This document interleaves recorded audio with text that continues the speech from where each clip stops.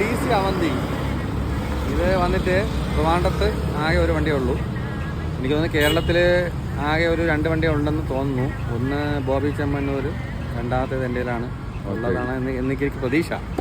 വേറെ അടുത്തുള്ളതായിട്ട് എനിക്കറിയത്തില്ല. കുറച്ച് വണ്ടി ഇറങ്ങിയിട്ടുള്ളൂ, അതിലൊരു വണ്ടിയാണിത്. ദിലീപ് ചാബ്രിയ ആണ് ഇത് മാനുഫാക്ചറിങ് ചെയ്തത്. ഇത് 2017 മോഡൽ